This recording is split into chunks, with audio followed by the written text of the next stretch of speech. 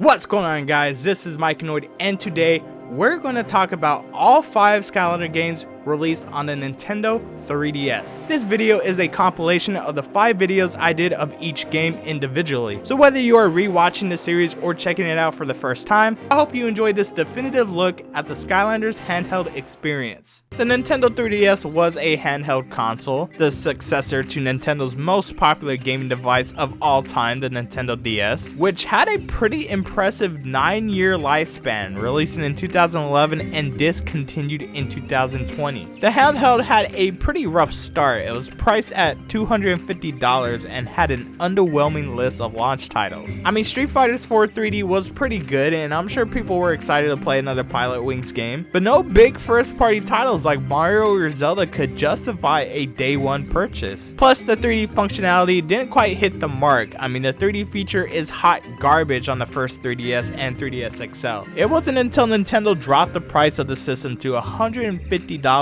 and started releasing titles like Super Mario 3D Land and Mario Kart 7 for the system to finally sell. One of the games that was released in the first year of the 3DS was none other than the first Skylander game, Spyro's Adventure. If you compare the 3DS starter pack with the console or PC versions, you'll notice a few differences. The 3DS starter pack is in a vertical box, while the regular starter packs are in a horizontal box. Oh, and the 3DS starter pack has a smaller portal and different set of Skylanders. I guess there's that. The 3 Skylanders included in the 3DS starter pack are Igniter, Stealth Elf, and Dark Spyro. Igniter and Stealth Elf were both available in single packs and their respective triple packs, but Dark Spyro was exclusive to the 3DS starter pack. You see, the 3DS is not as powerful as consoles, so it wouldn't be able to run the standard Spyro's Adventure game. So the 3DS version was an entirely different gameplay experience with a different story. So the idea was that the 3DS version was meant as a new way to play Skylanders. So for those who already own the console versions, you weren't going to get duplicates of Spyro, Gilgrunt, and Trigger Happy. But of course, the game is still called Spyro's Adventure, so they included a variation of Spyro. Of course, you get your stat cards, your stickers, your codes, and your poster, which includes a spot for Dark Spyro. And then you get your tiny portal of power. A normal portal of power connects into the console, but the 3DS portal connects wirelessly using the infrared port and 3 AAA batteries to power it up. Using the portal is pretty easy. When the game prompts you to scan a figure, you press the top of the portal to power it on and line up the 3DS with the portal. You just hold the 3DS steady until your Skylander is fully scanned into the game. When you finish, you can either let it turn off itself or hold the top to manually turn it off. The portal only lights up blue instead of multiple colors like the console versions, so you don't get much of a light show. Other portals that use this port are the Disney Infinity portal and the Amiibo NFC reader. In the starter pack, you also get a mini USB cable to connect the portal into a PC and play Skylanders Universe, which we can't do anymore because Skylanders Universe shut down a long time ago. But now that we got our figures and portal, let's play the game. Ooh, that jingle though. The story of the game is completely different from the console versions. In fact, you can assume that it takes place after the console version since Eon is a floating head. The game takes place in the Radiant Isles, home of the Mystic Seekers, which are pretty much wizard mabus. They are raided by a giant floating head, no, not Eon, Hector, who forces the Seekers to build a dark mirror that hides the Radiant Isles to keep the power for himself. So with Vargas's help, wait.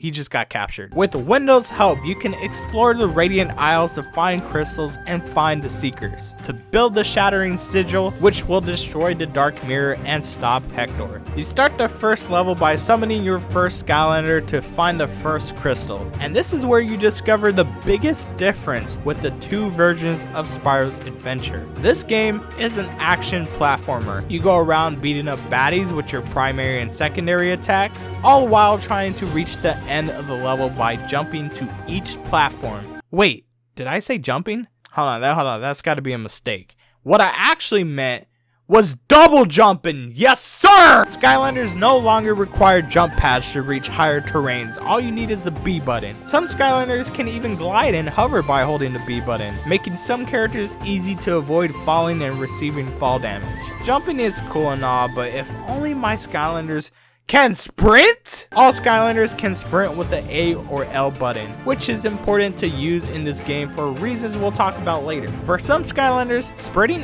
acts as a third attack, like Spyro's Ram Attack and Sunburn's Phoenix Dash. After finishing the first level, you are introduced to the Sanctuary, where you can summon a second Skylander. This isn't optional, you need at least 2 Skylanders to play this game, just letting you know. You can switch between 2 Skylanders by simply using the touchscreen, and if you want to use another Skylander, you can talk to Wendell and he will replace the Skylander you talk to him with. Your Skylander's level basically saves in the game, so if you want to transfer your progress to your Skylander itself, all you have to do is scan them in the game again, and your Skylander's level will show up in the console versions. If you try putting in a duplicate Skylander in the game, it will ask you to replace the character data with the one you're trying to scan in. And if you want to reset your Skylanders, you can't. There's no function to do that, which is funny to think that Skylanders from its own game can't reset, but you can reset creation crystals from Imaginators. Like, what the hell? Oh, also you can scan in one of the Spyro's adventure sidekicks and have them follow you around in the Sanctuary, which is pretty cool. The Sanctuary is not the most exciting hub out there, but it's straightforward. You have Wendell who summons your Skylanders, you can check your Skylander and hat collection, and travel to all the levels. The hub has slight updates when you complete levels, so that there's a little bit of progression in the hub. There's a total of 34 levels in Spyro's adventure.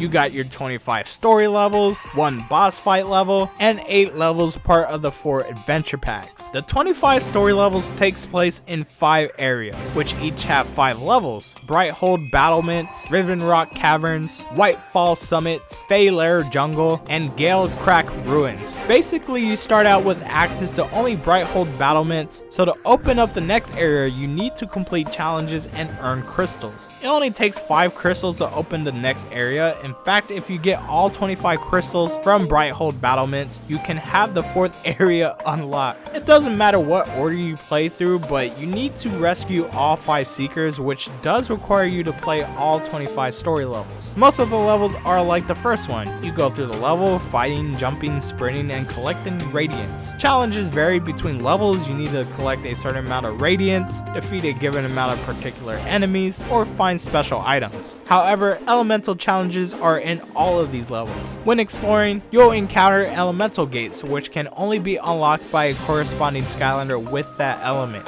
which the game is nice enough to tell you which Skylanders you need before starting the level. The challenges you are teleported to just require you to reach the end. You don't have to fight all the enemies or anything, you can just pass through, which you are rewarded with a present. There are 3 presents total, 1 in each elemental gate and 1 just chilling in the level. These presents contain either a hat or a character scroll. Hats can be placed on your Skylander in the Sanctuary, but they don't give you any stat boosts like they do in the console versions. But character scrolls do give your Skylander a boost. All 37 Skylanders have their own scroll. Yeah, I said 37. The 5 variants are considered separate Skylanders in this game. As soon as you complete a specific challenge in the level, you earn a crystal. But as soon as you get one, just 1 crystal, it's time to start running. Hector starts chasing you as soon as you get 1 crystal, which makes completing other challenges a bit more difficult. Before you had all the time in the world, but now you have a time limit to get to the exit. If the timer reaches 30 seconds, Hector will start shooting lasers at you, and if the timer reaches 0, it's an instant game over. Clocks can be acquired by balloons or defeating enemies, so you'll be given more time to reach the end or finish more challenges. But if it seems like you won't make it in time, you can finish the level and come back to complete the challenge without worrying about the time limit. Also, all the levels where you rescue the Seekers require you to find a key, which will start the Hector time limit, and then you'll need to find where the Seekers are kept to free them. You just gotta be careful not to miss them, or else you're gonna have to restart the level. Yeah, so those are basically what I like to call your platforming levels. So now let's take a look at the other type of levels I refer to as the arena levels. Arena levels have you in one place for 3 rounds of collecting radiance. You basically need to collect a certain amount of radiance while avoiding obstacles and fighting enemies. In the 3rd round, Hector's time limit will appear, so you need to move quickly. You can find 2 presents in each arena level just floating around. The elemental challenge in each arena level just requires you to have at least one of your Skylanders match the element required, so you'll automatically earn the crystal when you complete the level. So there's a total of 5 crystals you can earn in each level, but you'll only be able to get 4 in your first playthrough of them. Once you get the first 4 crystals, you'll be able to get the 5th crystal by replaying the level under a certain time, aka an automatic Hector time limit. It's really not that exciting since you're pretty much always needing to speedrun the level at some point. So I've talked about collecting Radiance a lot,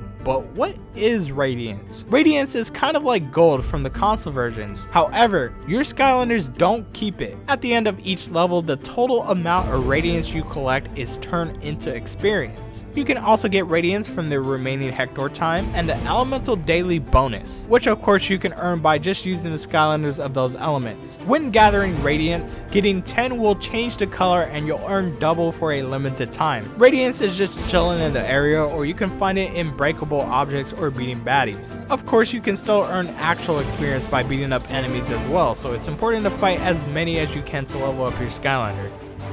Wait, was that enemy named Treerex? Radiance can also be used during levels. If one of your Skylanders is defeated, then you can restore him using 30 Radiance. And for additional help, you can use 10 Radiance to activate a magic item. Magic items from the adventure packs can be equipped by summoning them from Wendell. Each magic item is tied to one of the summoning crystals, so you can have 2 different magic items or one on both Skylanders. The max level for Skylanders is level 10. Since Skylanders don't use gold to purchase upgrades in this game, you upgrade your Skylander by leveling up. There are 3 upgrades for each Skylander, which you can look at in the pause menu. You can also see the Skylander's health boost, damage boost, and see what the character scroll boosts for your Skylander. Also, you can view your online universe stat, which is completely useless now since Skylanders universe isn't a thing anymore. There's a few Skylanders I really enjoyed using in this game. Dark Spyro and Spyro aren't just different colors of Spyro. They play completely different from each other, almost as if Dark Spyro was a different Skylander. Spyro uses fireballs as his primary move, while Dark Spyro uses Dragon's Fury. Ghost Roaster, a Skylander I can't stand in the console versions, since his ectoplasm makes him lose health. Well, not in the 3DS version. His sprint makes him immune to all attacks while keeping his health intact. Sunburn was a character I thought to be mediocre in the consoles, but he's not too bad in the 3DS. His teleporting ability is actually useful and his flamethrower is much easier to use. Just when you think Stealth Elf can't get any better, playing as her in the 3DS version just blows your mind. Stealth Elf still hits fast and hard with her daggers, and her secondary attack lets her throw daggers, making her a beast of an all-round character. And unfortunate news for my Wrecking Ball fans out there, he still sucks. He's a little better to use, but definitely the worst in my opinion. So once you collected at least 35 crystals to open all areas and save the 5 seekers, the Shattering Sigil would be complete and Wendell is able to send you to the Dark Mirror, the final battle between you and Hector. This fight is a mix of both the arena and platforming levels. First, you fight off enemies and shoot rockets at Hector's dumb head to start beating the crap out of him. And once you get Wendell's staff, you race to the Dark Mirror so that Wendell and the Seekers can use the staff and the sigil to destroy the mirror and Hector and save his father. And that's pretty much the game. You unlock the Radiance Burst, which works as a magic item. It'll cost 10 Radiance and it will destroy all nearby enemies. But of course, that's not the entire game. You still have the 4 Adventure Pack levels you can scan in. The Pirate Seas, Empire of Ice, Darklight Crypt, and Dragon's Peak each have 1 platforming and area level. So there's a total of 10 crystals to earn from each adventure pack, making it a total of 165 crystals to collect. For all my 100% completionists out there, you'll need to collect all the crystals as well as summon all 37 Skylanders, rescue the 5 Seekers, find all hats, and discover all the scrolls. So if you just want to beat the game, it will take less than 4 hours, but 100% completing it will take about 10 to 15 hours. So what do I think about the 3DS version of Spyro's Adventure? I am incredibly nostalgic for this game. In fact, this version is what got me fully into the Skylanders franchise. Yeah, the console versions are a lot more fleshed out, but I just like the fact that I can play Skylanders just about anywhere. And the platforming levels are a lot of fun. They're pretty short, which is great for a handheld game, and we can't forget that we are playing this game on a 3DS. I didn't play the entire game in 3D, but when I did use it, I thought the game looked incredible. Things just pop out at you, especially the loading screen. You'll have to see it for yourselves to understand what I'm talking about, but the little picture right here just floats off the screen. It's great. You'll get the best experience of the 3D if you use a new 3DS or new 3DS XL, because they're able to use face tracking and keep the 3D stable. You'll get an okay experience with a regular 3DS and 3DS XL. You'll just need to sit still in the sweet spot to enjoy it, and you'll get no experience on a 2DS or a new 2DS XL because those systems don't do 3D. That's kind of their stick. So what are some of the weak points to this game? I think the biggest weak point to this game has to be the hectare time limit. You aren't given a lot of freedom to just take your time with the levels, since most of the time you're sprinting towards the end of the level,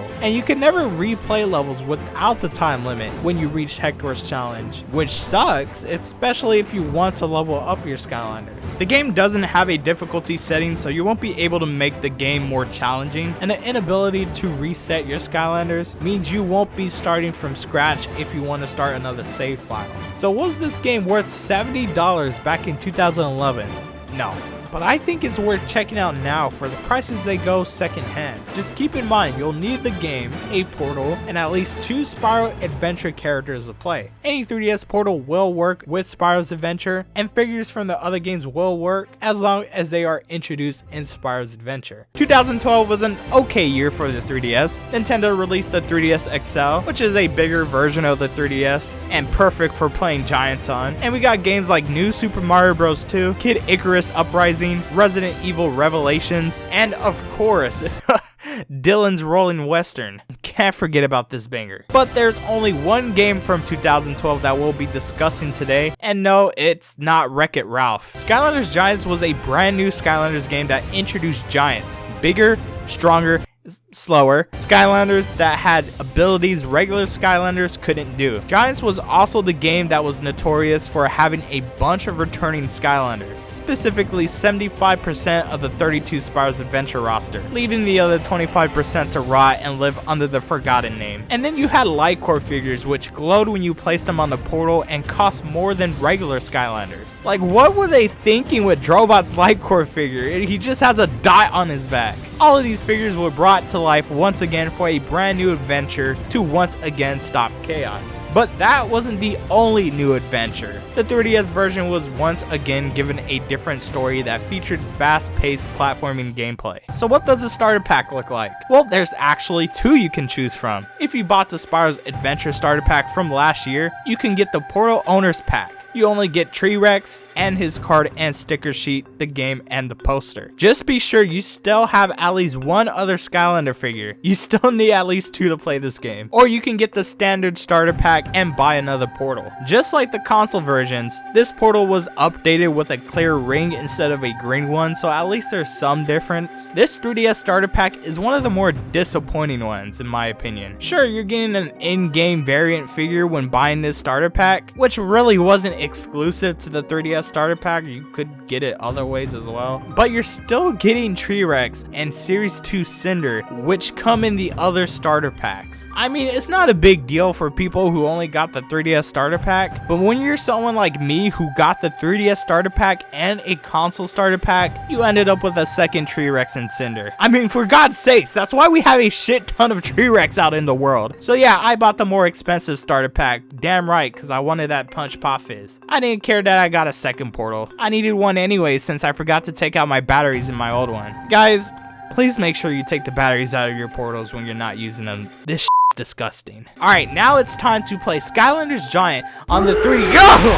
Wow, I wasn't expecting that loud ass roar. The villain you're trying to stop from taking over Skylands is a giant pirate named Captain Frightbeard. His ship, the Phantom Tide, eats islands and shits takes them out, stealing all its valuable resources. The game starts you off saving Flynn alongside Hugo's help, a character that got the boot in the console version. Why was Flynn kidnapped by pirates? Because this doofus won a map that locates a pirate's chest that Frightbeard is after in a card game. Dude thought it was a cake recipe. I don't know how. The Chest of Exile was used by the Arkeyans to lock up Frightbeard and his crew and sealed it with his own sword. Don't ask me how Frightbeard got out. Apparently he worked out a deal with a sorcerer or something. Basically, you're going around Skylands to look for the clues that will lead you to the chest, and the way you go to each location is by traveling on Flynn's ship. Just like the console versions, the Dread Yacht is the hub world. The ship picks up a few characters as you progress in the story, just like the console versions, for example, Callie. But other than that, there's less you can do in the 3DS version, but you got the basics. You can use Hugo and his Portaltron 9000 to summon or update your two Skylanders, bring in magic items, and even put a sidekick in it. When you first put a giant or a Lightcore figure on the portal, it doesn't light up. Don't worry, the portal isn't broken. You just need to start scanning, which I guess tells the portal to light up the figure.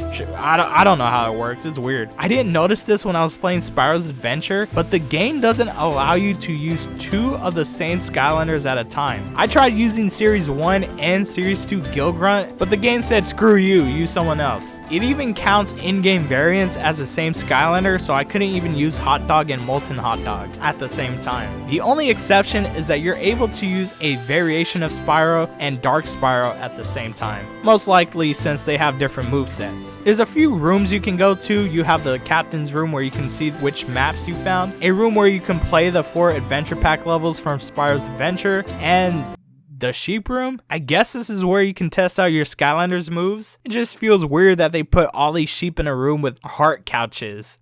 I don't want to know what these sheep are doing. Then you have this little hovercraft that's attached to the ship. This is where you can equip hats you found and see which Skylanders you've summoned. It's just kind of awkward how you enter and leave this area because you have to sit through a loading screen. But I guess that's because the game needs to load up 99 character models. Yep, there's 99 Skylanders you can summon. Basically, you have the 37 Skylanders from the last game and the 62 new ones from this game. It's not going to show you all the characters you need when you've only summoned a small amount, but they'll start to fill in when you summon Series 1, Series 2, Lightcore, Giant, and in-game variant figures. Finally, you have Flynn's cute ass that you can talk to when you want to go to a level, and the daily elemental bonus makes a return, which the flags indicate which elements get the bonus for the day. So in the main game, you travel to 7 locations: Pirate Bay, which is where you needed to save Flynn, Tiki Island, Sand Dune Seas, Tech Theme Park, Rust Marsh, Pirate Fortress, and the Maelstrom. There's a total of 19 levels, 3 of which are boss fights. Unlike Spyro's Adventure, you need to beat all the levels in an area before progressing to the next one. Since this game is more story heavy, in Spyro's Adventure you just needed to find some old Mabus, so it makes sense. The platforming style levels make up the majority of the game, while the gameplay style is pretty much the same as Spyro's Adventure. I noticed that levels are a bit more open. Sometimes I came across multiple paths to take rather than just a continuous straight path to the end of the level. Like, I did a lot more exploring than I thought I was going to do, which made it feel like a traditional Skylanders console experience, which I think worked out pretty well. You can earn 3 stars from each level. The first star is the story mission, which you automatically earn when beating the level for the first time. The second star is the bonus mission, aka the time challenge. Back in Spyro's Adventure, this was the Hector challenge, but it's handled way better in Giants. You still need to beat the level for the first time to do the challenge. However, you are given the choice to do the time challenge or play without the time limit. This is the biggest improvement in my opinion. If I wanted to level up a Skylander, I would want to beat up as many baddies as I can, which I wouldn't be able to do if I'm always running for my life. The third star is the challenges, which consist of 4 tasks. The first 3 are the same for all the levels. You need to collect a certain amount of coins, go through all the elemental gates, and find all giant areas. The fourth one varies. You either need to defeat a certain number of particular enemies or collect specific items. The enemy task is much easier than the collection task. I'm always beating up enemies while playing through the game, so I don't need to worry about not completing it. But sometimes I forget what I'm supposed to be looking for in the stage and I end up missing one or two of these items. Good news is when you complete one of these tasks, you don't need to do them again, so you can just focus on the ones you missed the next time you play the level.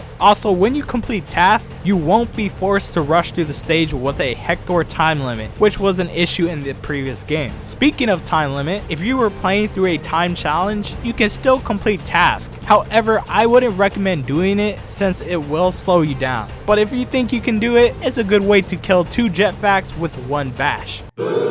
What? It was a Skylanders joke. So those 3 boss fights that are in the game focus on beating Squidbeard, Rustbeard, and Frightbeard. Yeah, they got real creative with the names. But before you fight them, you have to beat up enemies and collect coins. Yeah, these fights are the arena levels back in Spyro's Adventure. Honestly, I think it kind of sucks that they only made 3 of these. But if I had to choose, I would stick with the platforming style levels. Although it was a clever idea to implement bosses during the level. You can get 3 stars from these levels as well. The challenges are a bit different though. You just need to use a certain Skylander that matches the required element, don't heal yourself by eating food, and don't be a fool and get hit by the arena hazards. These are pretty quick levels to play through, but they will kick your ass if you're not careful. So like I mentioned earlier, we can still use 2 different Skylanders when playing and can be swapped out when you talk to Hugo. The level cap has been raised to level 15, so your Skylanders get additional boosts. Coins replace Radiance from Spyro's Adventure, but they do the exact same thing. You collect a whole bunch of them. You can earn double when you collect 10, spend them to revive a defeated Skylander or use a magic item, and at the end you can get more from the elemental bonuses and remaining time if you did a time challenge, which turns into experience. Any Skylander can open elemental gates as long as they're the same element, of course. The elemental gates are a lot better in this game. Not only do the actual gates look like the gates in the console versions, but the areas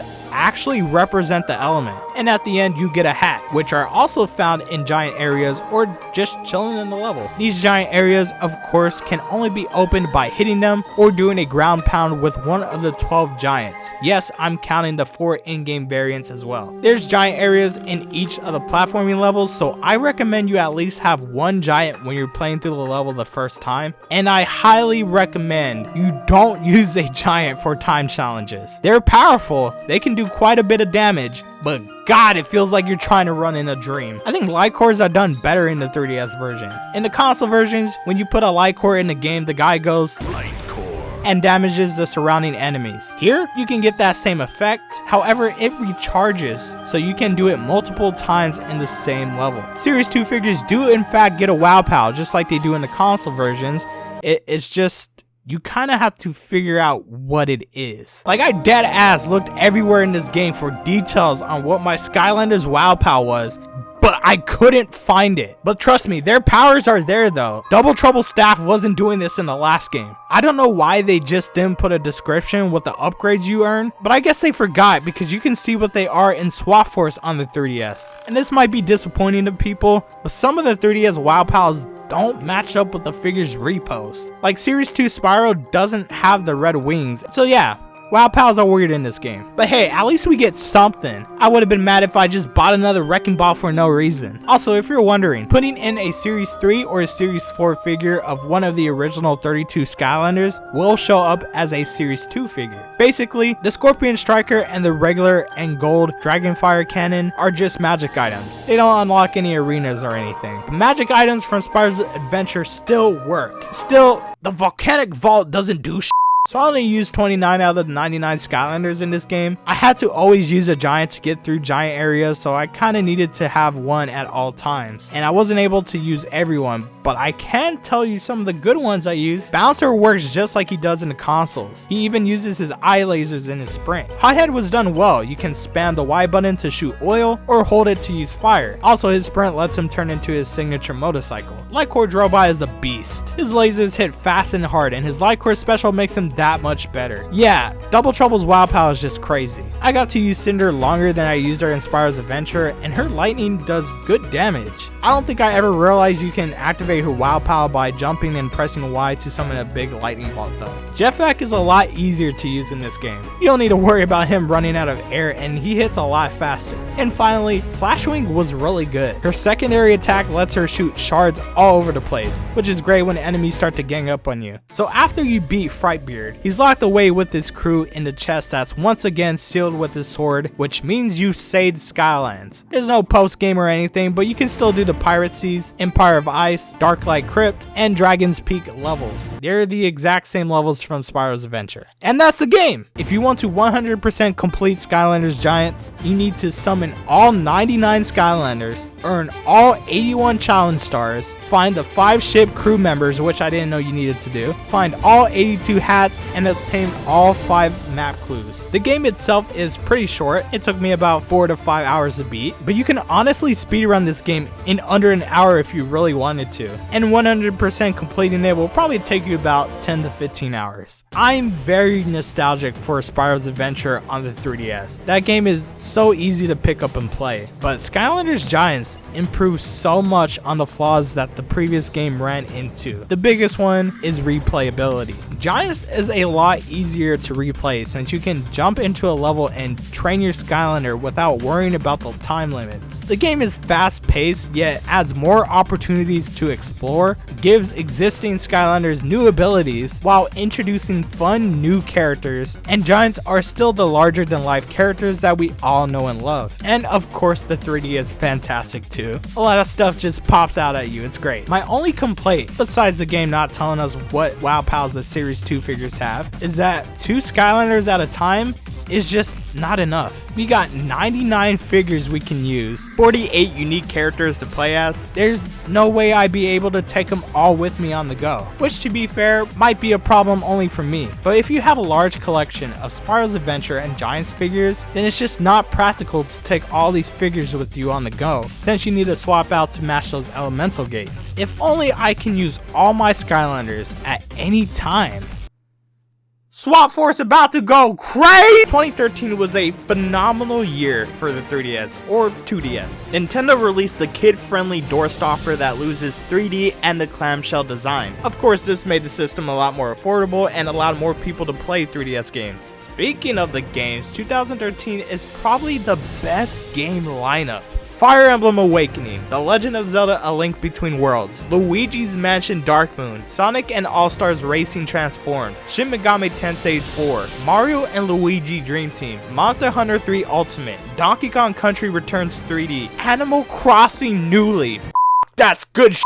2013 was filled with so many good games. Of course, you had some duds in the plethora of games, but 2013 was filled with such quality titles. It was even the year the most expensive 3DS title released. I guess those pups are just too glamorous. Pokemon X and Y even came out on October 12th, 2013, the same time as the Nintendo 2DS. And literally one day later, Skylanders Swap Force was released. Swap Force is arguably the most important game of the franchise, probably even more than Spyro's Adventure in my opinion. See, the first game needed to prove that the Toys Alive concept is profitable, which it did. Swap Force not only needed to prove that both the Skylanders franchise and Toys Alive can still be fresh enough to continue to sell, but it needed to be competitive enough against its first competition, Disney Infinity. I mean, you have probably the biggest company on earth getting into this franchise with its most recognizable characters. Disney Infinity brought so many recognizable characters, mainly from the time these franchises were coming out in order to promote those movies and whatnot. And Disney Infinity also released a 3DS game called the Toy Box Challenge.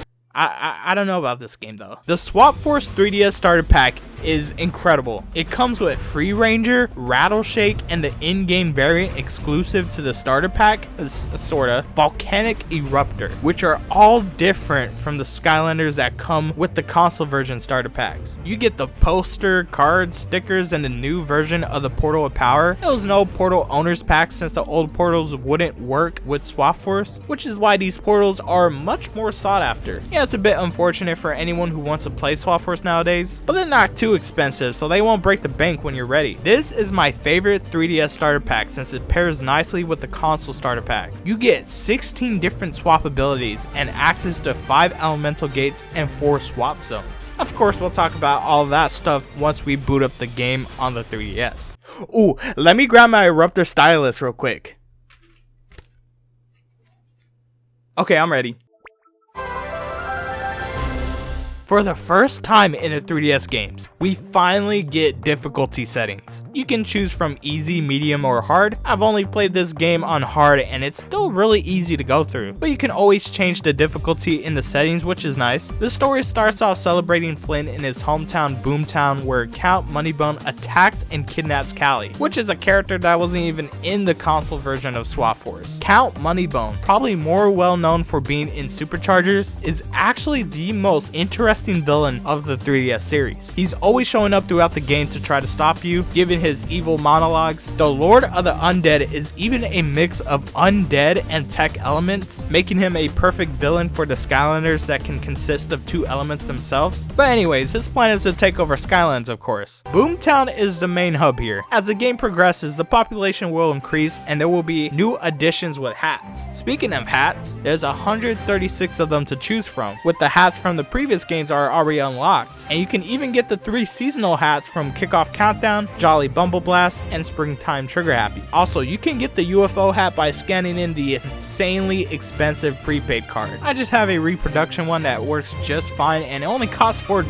I was not gonna spend that much money on a real one, come on now. All hats can be equipped in this building where you can view all the Skylanders you summoned so far. 174, god damn! This roster includes the 37 Skylanders from Spyro's Adventure, 62 from Giants, and 75 from Swap Force. I know, it's a lot, but this game rewards you for collecting them all, trust me. You are able to summon guest Skylanders, a new feature that allows you to use Skylanders from other players you came in contact with through Street Pass. Street Pass is a feature that allowed one 3DS to communicate with another in sleep mode. It would exchange data for Street Pass Plaza and other supported titles. I'm sure this was a cool feature back in 2013. If you didn't have a bunch of Skylanders, you would be able to use someone else's for support. Of course, the guest Skylander would only last for 1 level and it wouldn't get any experience, but when you have an army of 174 Skylanders, this feature isn't really necessary. And let's be honest, I don't think anyone nowadays is going to be walking with Swap Force in the back of their pocket besides my dumbass. In the center of the town, you have this golden ring where Flynn's statue should be that tells you which elements get the daily bonus. You can still travel through Flynn to each level. You can even use the coffin that's in the middle of the town to go to certain levels, even though Flynn is still able to take you there himself. The Tower of Time and Shipwreck Islands can be accessed by the Skylanders Museum once you scan them in the game using the Portal of Power. You interact with the portal and scan your figures like normal and they're in the game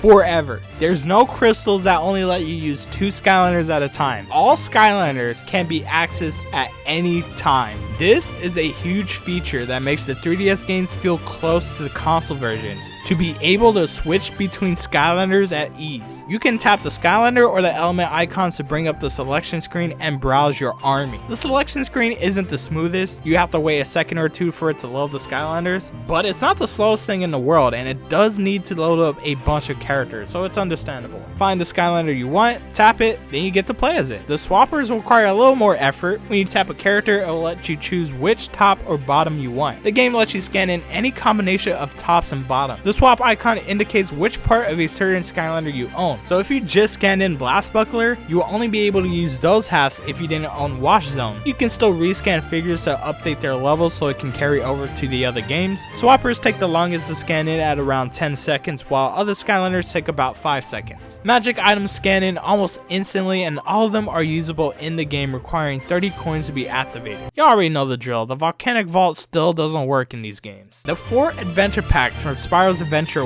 work, but they just work as magic items rather than unlocking more levels. And of course, sidekicks can be scanned in and will follow you around the town. So there's 7 locations part of the main story. Sky Docks, which is just the introduction level, Ancient Woods, Crystal Caverns, Coral Head Cove, Samurai Islands, Undead Fiesta, and Clockwork Castle. There are 19 levels total, 3 levels being boss fights with Count Moneybone, and the rest are your classic start to finish platforming levels. Each level has 3 stars you can earn. In the platforming levels, the first star is earned from finishing the level for the first time. The second one is earned from completing the level for a certain amount of time after beating the level once. And the third star is earned from completing 4 challenges. In platforming levels, the first challenge requires you to get a certain amount of coins, the second from completing elemental gates, the third from completing swap zones, and the fourth from bashing chests. Well, except the one level from Mikeinoid. That one requires you to destroy 3 mana pumps. That's the one time the challenge is different, I don't know why. During the boss fight levels, the first challenge is from not taking damage during a certain attack, the second and third from matching the correct element and swap ability, and the fourth is basically starving yourself.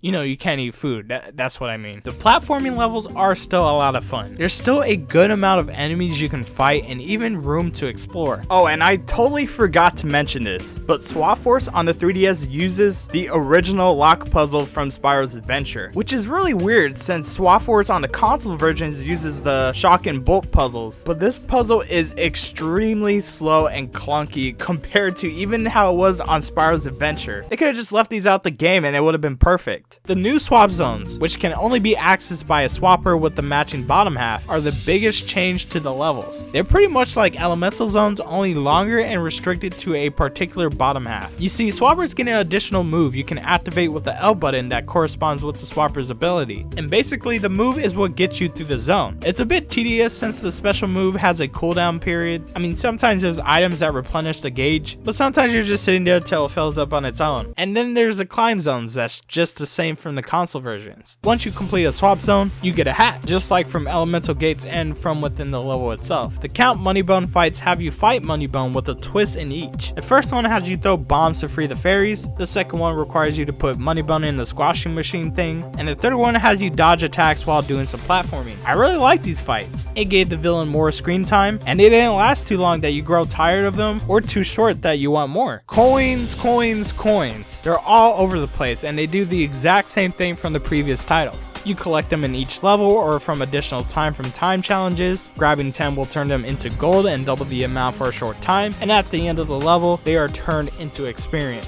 Skylanders now reach up to level 20, which means you'll be really busy if you want to level up all 174 Skylanders. Whenever a Skylander levels up, they get improvements in a particular category: health boost, damage boost, luck boost, an upgrade, or dodge chance. Swappers can use their Swap Force power as an attack, which is pretty cool. Giants still have a pretty cool feature in this game. They are able to break down objects that would require a bomb, which is a really nice feature. I mean, sometimes you're just too lazy to go get the bomb. Series 2 and Series 3 Skylanders have WoW Pals, which you can view in the upgrades from the pause menu. I mean, how hard was that, Giants? Series 2 and Series 3 figures from Swap Force do a better job with having WoW Pals that match the Skylanders figure, which was an issue with Series 2 figures from Giants. God damn, Giants was slacking. Listen, I used a bunch of Skylanders in this game. I did my best to switch between all Skylanders from all 3 games as much as possible, especially since I was only able to use a fraction of Skylanders and Giants. And you know what? Every Skylander works great. Since the gameplay mechanics hasn't really changed from the first game, every Skylander fits really well. All the Skylanders I used from Spyro's Adventure and Giants are still incredible. But we'll talk about some of my favorite Skylanders from Swap Force.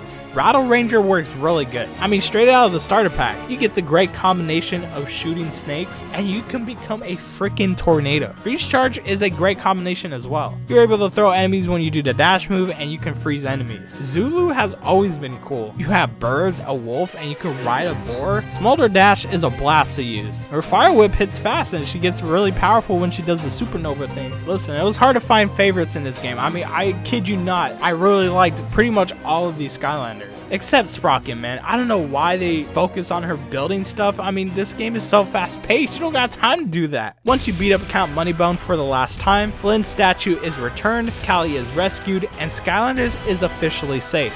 Not really much else to do after. You can go back and try to get all the stars, or you can do the 2 adventure pack levels. The Tower of Time and Shipwreck Islands consist of only 1 level each, and they're pretty much watered down versions from the consoles. You still have Cluck and the Sheep Mage from each respective level, level, and I mean, it's okay. They're just kind of there at the end of the levels. I just wish we got more from these adventure packs since the original 4 came with 2 levels each. Definitely a lazy decision in my opinion. If you want to 100% complete the game, you'll need to summon 174 Skylanders, which is still alive, do all challenges and get 63 stars, find all 136 hats, help Boomtown reach a full capacity of 20 residents, and complete all 9 zones, which is just completing all the levels including the adventure packs at least once. You have the same amount of levels in Swap Force as Giants, but the game will take you longer to complete since you have both elemental gates and swap zones to do, and it takes longer to switch between each Skylander. According to the game file, it took me 6.5 hours to beat, so speedrunning it should only take you about an hour. Skylanders Swap Force on 3DS is definitely my favorite 3DS Skylander game. The gameplay has been about the same as it's been on the last 2 titles, except for the addition of swap zones, but the fact that you're able to take your entire Skylander collection on the go, truly on the go, without having to take a huge bag of them with you, it's the best. Sure, you might be using a portal less, but you know what? It saves battery power since you don't need to scan in every time you beat a level. And yeah, I'm a big super fan of the series, so not everybody's gonna have 174 figures, but it's nice to be rewarded for having them since you're able to use them at any time, especially for holding on to the older figures. I mean, you're able to build up an army and still have Giants and Light Core functionality in them. I'm definitely glad I kept all these figures. Sure, this isn't a perfect game, but damn, fun platforming, an entertaining villain, funny characters, some of which were excluded in the console version, and cool characters to play as. I mean, sounds like a fun 3DS game to me, but I still have one question.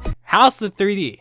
Oh yeah, I was playing on the 2DS. 2014 was an okay year for the 3DS. Not as strong as 2013, but it wasn't too bad. Japan got the new Nintendo 3DS and new 3DS XL systems. These systems had a more powerful CPU, improved 3D, NFC support, this eraser nub that works as a second analog stick. These are the definitive 3DS systems. The naming for these handhelds are kind of stupid. Using the word new confuses websites like eBay. The new 3DS system had swappable faceplates, which were huge in Japan and expensive now. The game lineup has some noticeable releases for sure. Bravely Default, Kirby Triple Deluxe, Tomodachi Life, Persona Q, Shadow of the Labyrinth, Pokemon Omega Ruby and Alpha Sapphire, Super Smash Bros. For 3DS. Be careful with this one, you might need to replace the circle pad at some point. Oh look, Legend of Korra, but of course, the one game we're focused on that was released on October 5th of 2014, Skylanders Trap Team. I was so excited for Trap Team thanks to the gimmicks of the traps. These little crystals allowed one to capture a villain from inside the game, allowing players to bring life to toys. There were so many unique villains, and the fact that you can capture Kaos, the main villain of the Skylanders franchise, was a huge deal for fans. All the interviews and showcases were focused on the console version, so we didn't see anything about the 3DS until close to release. The 3DS games were different stories with exclusive villains, but just about all the figures were compatible. So I speculated that Kaos was going to make his 3DS appearance since we were getting the Kaos Trap. You know, since figures can be used in all versions of games, right? You're actually using the bottom screen and the powers of the Nintendo 3DS to capture the villains and not the traps. What the f? Trap Team on 3DS doesn't use traps. I don't know if Toys for Bob just wasn't able to get the traps to work on the 3DS or just didn't want to mess with them, but this was some buffoonery. I mean, good news for you, you didn't need to buy more toys, especially since Trap Team had the biggest roster of Skylanders, but man, not being able to use traps just made no sense to me. So what did the starter pack look like? Oh my god. You know what? At least they included different Skylanders from the console versions. The last thing I needed was more food fights. You get the Air Trap Master, Gusto, and the Life Mini Skylander, Barkley. You only get 2 Skylanders, no cool variants, and one of them has technically been released before. Now it just had a red base. I never got this starter pack new just because I can find these figures outside of the starter pack. And the Portal of Power is the same as the Giants Portal, so I just bought the game used from GameStop for like $5. Seeing the poster for this game without the villains, it's just sad. But okay, you know what? At least I saved some money and didn't need to buy the whole starter pack. So now we can just boot up the game and start playing this.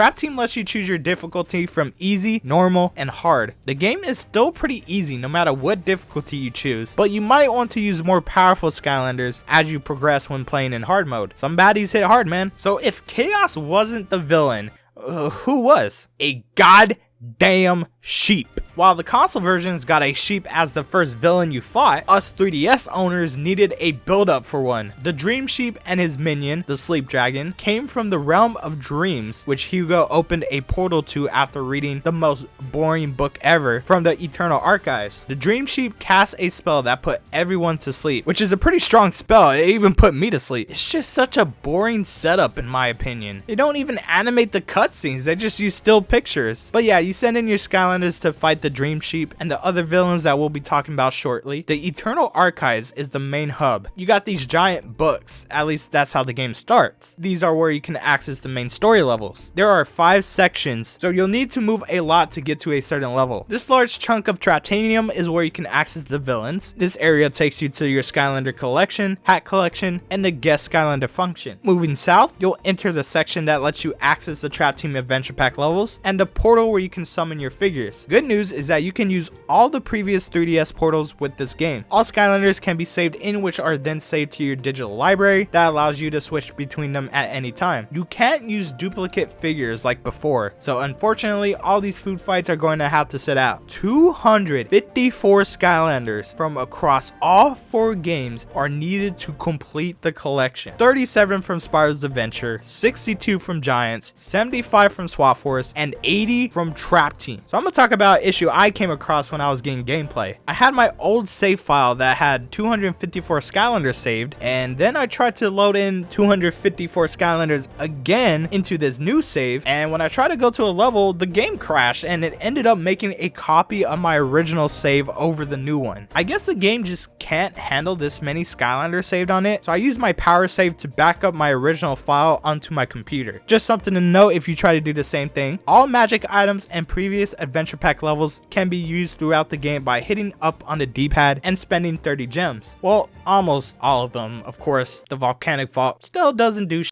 Oh yeah, and then there's the Mabu you can talk to and play Skystones online with actual people. However, this feature no longer works. I mean, even back when I played this game in 2015, I wasn't able to find another player. There are 5 sections that let you access the main story levels: Under Halls, Stone Shrine Islands, Cloudburst Keys, Trade Wind Isles, and the Nightmare Realm. Altogether, there's 27 levels. So first, let's talk about the 13 standard platforming levels. You can earn 3 stars, the first one from completing the level 1s. The second star requires more effort than the previous games. You'll need to open the elemental gate, win a Skystone battle, complete a challenge that's unique to the level, like not getting hit from a certain obstacle. Oh, and then complete the time challenge. And the third star is earned when you unlock all the chests, collect a certain amount of gems, find all 3 nightmare pages, and find all hats. The platforming is pretty much the same here. You jump and dash and bash your way through the level. And Trap Team on the 3DS is the first to have Skystones. It's weird, Trap Team on the consoles had an updated Skystones game, but here it's the same as it was on Giants. I mean, it's the same as before. The stone with the most arrows takes over the other player's stone, and the person with the most stones on the board wins the game. And when you win, you can unlock a new stone. Some of these you don't need to do, but some are required in order to progress. Levels have these doors that require you to complete puzzles to open them. What the f?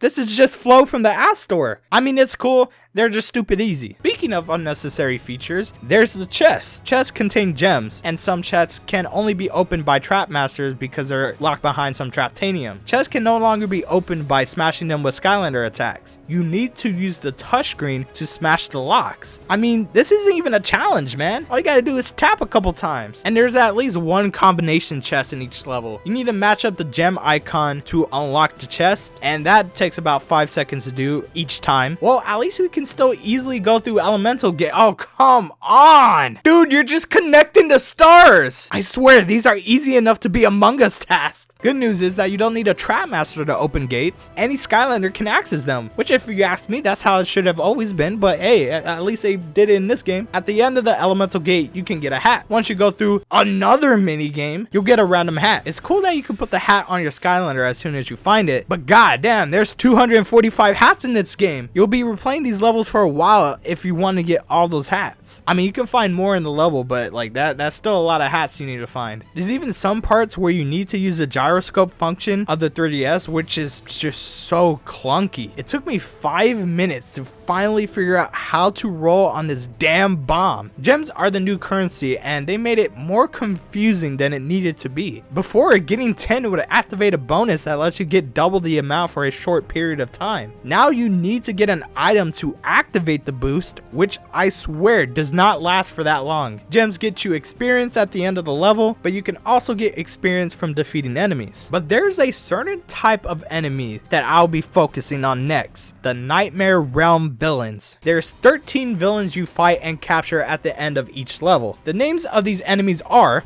Boris Blisterbottom, Spike McPokerton, Berto Chesterfield, Baron von Smashbeak, Bobbin Rude, Rooney Pointy Boobs, Boots, Olaf Crusherson, Marf, Groggeroots, Grunkin Gobsprout, Big, Bertha, Bubblethorn, Bucktooth the Tiny, Shellshock Sheldon, and Russell Purple Stash. What the are these names? The villains from Trap Team on the console versions had names that matched their character, and they were actually creative. I mean, here they just use a random name generator. They all have the same color schemes and look just like the villains from the console versions, which gives them no chance of being memorable at all. Like, you ask your mom for a cuckoo clocker, and then she tells you, oh, we have that at home, but it's just a Baron von Smashbeak. 3 nightmare pages for each of these villains can be found in their level. So if you want to learn more about them for whatever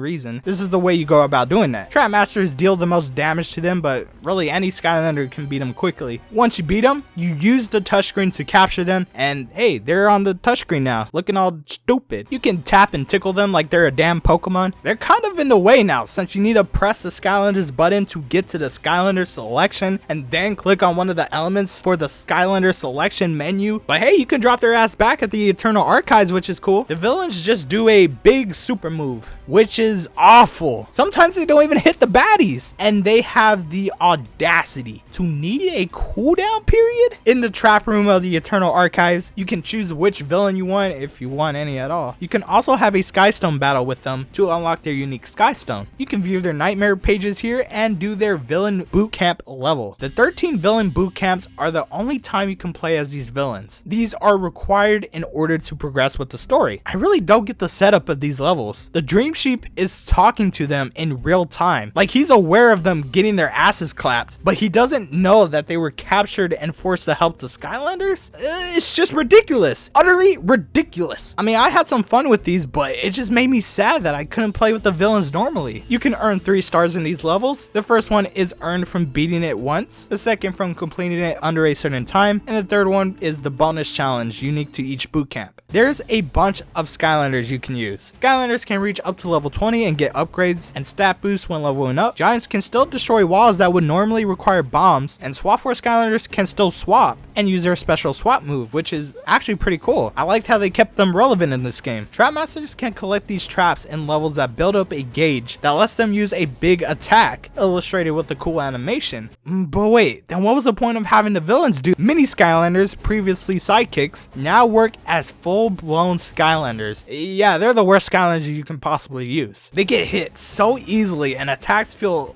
a lot more slow than their regular counterparts. Eon's Elite Skylanders is what you need to be using. I feel like they receive the same amount of damage, but they deal a lot more damage to baddies, so I really like using these characters. You'll notice that there's 2 question marks at the bottom of the screen. These are where the new light and dark Skylanders show up. Towards the end of the game, you can go through the light and dark elemental gates, but other than that, they're just regular Trap Masters and core Skylanders. The final level was the final boss fight with Dream Sheep and the Sleep Dragon. I did not care for this fight. Why?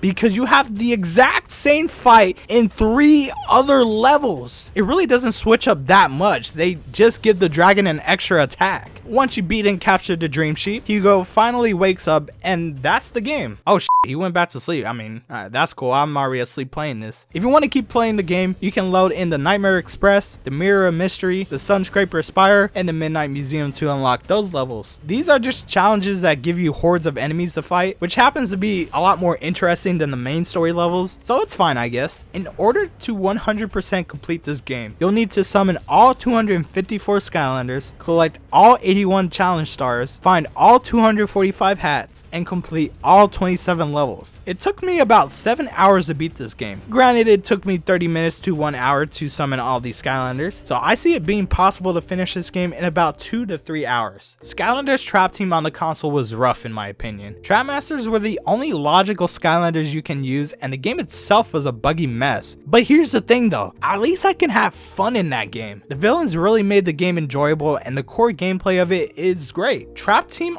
on 3DS though, I gotta say, it was tough to play through. Villains called Eric McGuckin and Robin Bon Chuckles, or whatever the f they were called, were bland at best. Most of them are just Walmart versions of console villains, all of them with the same color palette, and with a watered down trap gimmick that let them use a mediocre attack. It's embarrassing.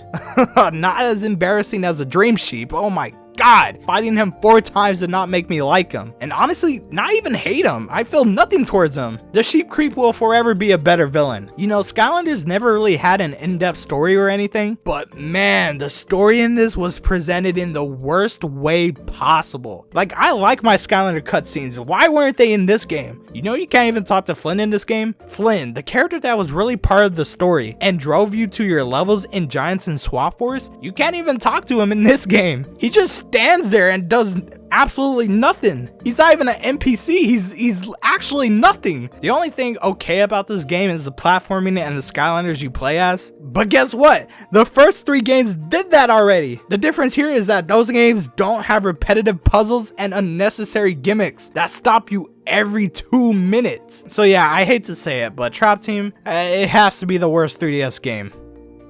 Yet, North America finally got the new Nintendo 3DS XL in February of 2015. This system had improved 3D, a better CPU, the C-Stick, NFC support, and extra shoulder buttons, making it superior to the old 3DS XL. This system also has a metallic finish to it, which makes it look gorgeous the first 5 seconds you take it out of the box. After that, it'll get fingerprints and scratches like crazy. North America would eventually get the regular new 3DS, however, it was only available in bundles and special promotions, so it's a lot harder to get one here than it is in Japan. 2015 had some games come out for the 3DS for sure. Some of the good ones consist of The Legend of Zelda Majora's Mask 3D, Monster Hunter 4 Ultimate, Xenoblade Chronicles 3D, and some would argue, Yokai Watch. Animal Crossing Happy Home Designer was okay. Codename Steam got mixed reviews. It released a cool amiibo alongside it. Oh, no, get that shit out of here. Of course, this video is all about the one Skylanders game that came out in 2015, Skylanders Superchargers Racing. Superchargers introduce vehicles to the Skylanders universe. These vehicles can be paired up with their respective driver, which will help you take down Kaos. Superchargers has a story mode where you play your typical Skylanders shenanigans in, and racing mode where you can race against people online or local in 3 types of terrain courses. Superchargers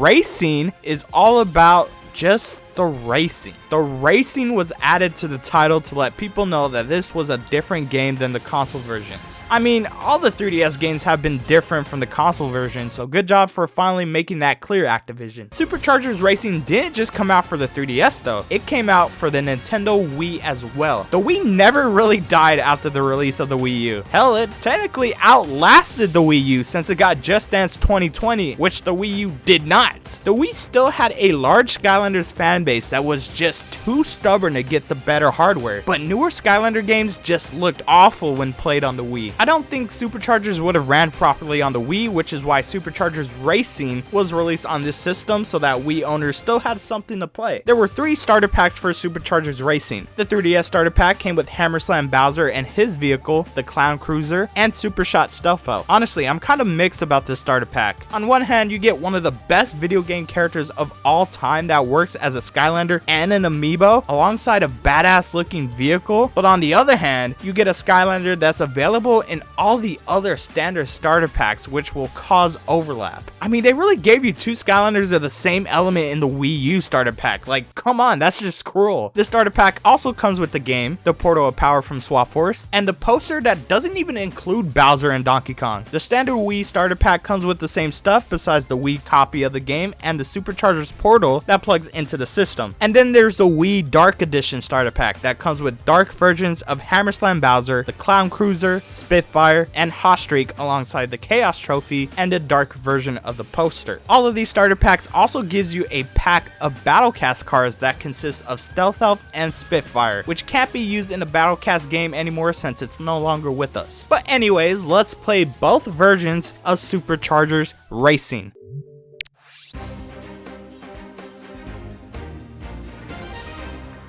The story of Superchargers Racing is in the adventure mode. Pendergast hosts a series of races where the winner will win the Snow Globe of Destiny, which will grant one wish. These races take place in Racelandia, a collection of racetracks of 3 different terrains: sky, land, and sea. There are 5 tracks from each terrain within the main story, but you can unlock 2 more tracks from each of the 3 racing trophies. From the sky terrain, there's Pander Castle Skyride, Robo Mill Forest, Frosty Volcano, Cactus Canyon, Arkeyan Forge, Cluck's Cuckoo Nest, and the Clock Rock. From the land terrain, you have the Chompy Mountain, Trolympic Village, Temple of Boom, Pander Castle Raceway, Grill X Big Barbecue, Temple of Arcus, and the After Party. And from the sea terrain, there's Tropic Plunder, Gooey Goo Works, Octoasis, Middle of Snowwhere, Pander Castle Water Park, Risky Rapids, and the Golden Temple. I think all these tracks are really great and in a way are even better than the console versions. I mean, come on, Racing got Grill X Big Barbecue. I mean, God, that's just so good. There's a lot of neat callbacks and Easter eggs to the previous games in these courses, which is such a nice touch. In order to start playing the game, you need at least 1 Skylander and 1 Sky vehicle. The game gives you a land and sea vehicle, but they're pretty much dog shit, which will make you feel guilty and go out and buy the actual toys. There are 8 tours in the adventure mode: the Glorious Tour, Spectacular Tour, Marvelous Tour, Splendiferous, I didn't even know that was a word to be honest, Tour, and the Magnificent Tour are available in the base game, while the Nefarious Tour, the Wicked Tour, and the Malevolent Tour are unlocked after scanning in the trophies. The 5 main tours contain a variety of races in each terrain. You have actual races where you have 3 laps and race against 7 CPUs. You have ghost races where you need to complete a lap at a certain time. Survival has you race around the track while you lose health but can be replenished with food. Wait, why are all the food desserts? Like, I don't know, you play a Skylanders, you expect them to eat healthy or something. I don't know. Danger Zone has you avoid obstacles for as long as possible. And then there's even some courses that are unique to each terrain type. Sky tracks have dogfights where you lap around the track and shoot down enemies, and Afterburn Mastery where you need to rank up points using the Afterburn boost. Land tracks have Drift Mastery where you need to rank up points while drifting. Chompygeddon requires you to hit a certain number of Chompies, and Sheep Wrangle has you gather the most sheep than 3 other opponents. And then Sea tracks have Stunt Mastery, which is just performing a stunt every time you're in the air. Honestly, I liked playing the minigames more than the actual races themselves. I mean, all of them were easy, but they were short and it was fun to try to get a decent high score. The races were fairly easy too. However, when you play on hard mode, it's possible that you can get unlucky and fail to get first place. Like I mentioned, you can choose to do each course in 3 difficulties: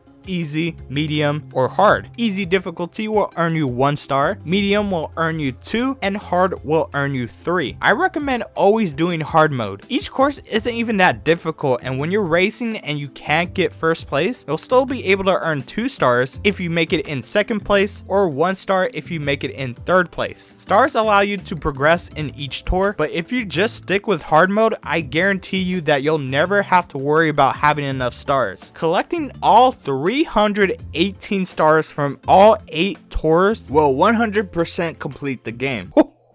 God, that's a lot of stars. Technically, it will be 108%. I guess the extra stars from the trophies are separate from the game. Some courses can only be accessed by having a vehicle of a specific element, and completing that course will unlock a new mod for a vehicle. You also have these spots that will just give you stars by placing a magic item from one of the previous 4 Skylander games.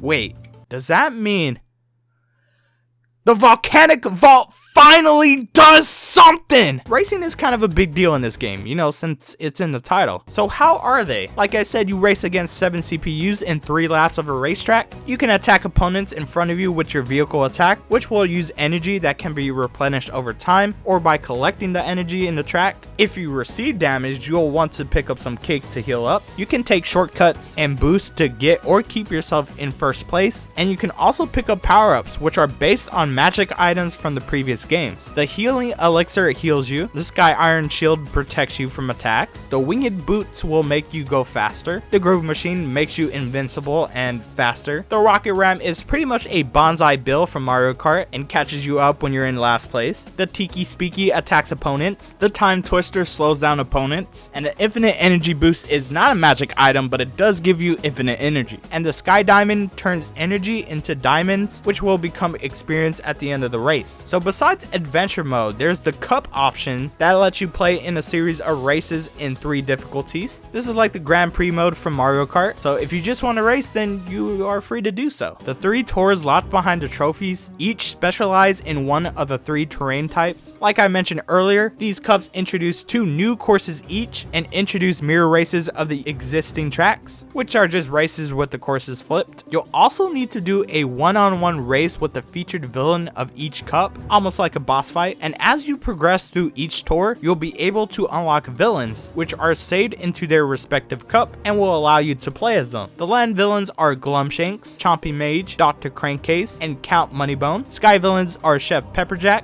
Wolfgang, Pinata, and Cluck, and sea villains are Mesmeralda, Captain Frightbeard, the Gulper, and Golden Queen. These villains are actually pretty powerful. Like, doing this in hard mode was actually a little bit difficult. I mean, if they're right behind you, then they will just destroy you. And also their stats are pretty good, so racing as them is actually a pretty good idea. Both Skylanders and vehicles can reach up to level 20 by using experience you earn after each course. Skylander levels will carry over to other games. However, this level up system for the vehicles is exclusive to this game. Leveling up your Skylander will increase its stats, and leveling up vehicles will receive boosts and even an extra mod at level 8 and a weapon boost at level 16. You can use every Skylander from the 5 games, all 37 from Spyro's Adventure, 62 from Giants, 75 from Swap Force, 80 from Trap Team, and 40 from Superchargers, bringing a grand total of 294 Skylanders. But honestly, the Skylanders you need to be using are either Superchargers or Eon's Elite Skylanders. That's because these figures have Supercharger stats and the rest don't. And good news is that 6 Eon's Elite figures were introduced alongside Superchargers. But even then, you should still consider Superchargers over Eon's Elite because they're able to access the mods of vehicles. Each vehicle will have 4 mods, however the best mod will always be the Supercharged mod that can only be used by the vehicle's corresponding driver. I mean, you got some cool designs here, but if you want to be the best, then the Supercharged mod is the one you have to go with. And that's not even the worst part. In-game variant vehicles will work, but it only has one mod that keeps the variant color, which of course is the weakest one. There are 31 vehicles you can race with. The only one that technically doesn't work is the event exclusive hot streak. I mean, you're still able to use it, but the game just recognizes it as a chase variant, so you can't see the colors in the game. So let's talk about the differences between the Wii version and the 3DS version. The Wii version is playable on the TV, while the 3DS version can be played on the go and in 3D if you have one of the 3DS systems that support 3D. Now, I know that's an obvious observation, but it plays a huge role when it comes to the multiplayer features. The Wii version lets you do 2 players in both adventure mode and cup mode. The game lets you load in Skylanders and vehicles to choose from without needing to keep them onto the portal. The 3DS doesn't let you play these modes multiplayer, but it has its own multiplayer option. There was a time where you could play online, but unfortunately it's no longer possible. What you can do is play locally against someone who owns another system and copy of the game. You just set up a room and vote which terrain you want to race on, and it will put you in a random track. The Wii version allows you to use traps, since the Portal has a trap slot and the 3DS Portal never supported traps anyways. Depending on what trap you use, you'll get a certain boost. Earth and life traps will get you an armor boost, fire and dark traps give a firepower boost, air and light traps increase top speed, magic and undead gives an acceleration boost, water and tech trap increases handling, and the chaos trap gives all stats a boost, making it the only logical trap to use at all times. The Wii version requires the Skylander and vehicle to be on the Portal when you're playing in single player, but the 3DS version lets you scan in your figures to be saved in the game and can be accessed at any time. It's pretty convenient to have them loaded into the game, but the 3DS doesn't let you swap halves with the Swap Force Skylanders. I mean, it's not a big deal since you're just racing and won't even see the Skylander, but if you really need to see Nitro Free Shift, then the Wii version is right for you. There are 4 boss fights within the main tours. These are really easy. In fact, you don't even need to worry about driving. All you have to do is aim and shoot at the baddies. And yes, that's what the game calls them. Towards the end of the game, Kaos, oh, now he gets a debut in the 3DS games, will try to take the snow globe of destiny for himself, and all you need to do is just shoot him down to stop him, and that's the end of the game. You can play as Kaos in Sky Races by scanning in the Kaos trophy that came in the Dark Starter Pack or when it was released separately. It doesn't unlock any additional tracks or anything, it's literally just a play as Kaos pass, and once you beat the final tour, you finally get the snow globe of destiny. However, since you're a Portal Master from a different world, you can't even take the snow globe for yourself. I mean, it's just a video game. So it's given to Flynn, who wishes for the biggest enchilada in Skylands. That actually looks pretty good. So this game doesn't take too long to beat. Honestly, you can beat it within 2 to 3 hours by just doing the levels on easy. But if you want to 108% the game, you'll need to do each level on hard to get all 318 stars. Skylanders Superchargers Racing is completely different from the other 3DS games for obvious reasons. This is no longer an action adventure platformer. This is straight up a racing game that just uses plastic figures. Honestly, as a racing game, it's not bad. Not up to Mario Kart standards by any means, but it's not bad at all. In some ways, I like the racing aspect of this game more than the regular Superchargers version. The courses are shorter and are just more exciting in my opinion. I mean, again, does the regular Superchargers version have Grill X's Big Barbecue? Yeah, I don't think so. It's just a weird side game that Skylander fans weren't expecting, especially those who played the 3DS and Wii games. 3DS players didn't get another platforming game, and Wii fans were pretty much forced to upgrade to the Wii U if they wanted to play the actual game. Despite that, I think you can still have fun with Superchargers Racing, especially if you play with someone else. Both 3DS and Wii versions have their benefits, so it's up to you which one would be best for you. Personally, I prefer the 3DS version since I can play it anywhere and I have all my figures saved in the game. Well, at least one of each type of figure. I can't save all these food fights, unfortunately. And that covers all the 3DS titles of the Skylanders franchise. These games may not be as iconic as their console counterparts, but these are still enjoyable toys alive games that you can take with you on the go. The 3DS has been my favorite handheld for a long time, and I can only thank the Skylander games for reminding me why I enjoy the system so much. Well, that's going to be it for today's video. Let me know which Skylanders 3DS game is your favorite down in the comments below. Thank you guys for watching, and of course, I will see you guys in the next one. Take care. I'm still waiting for Imagineers on 3DS though.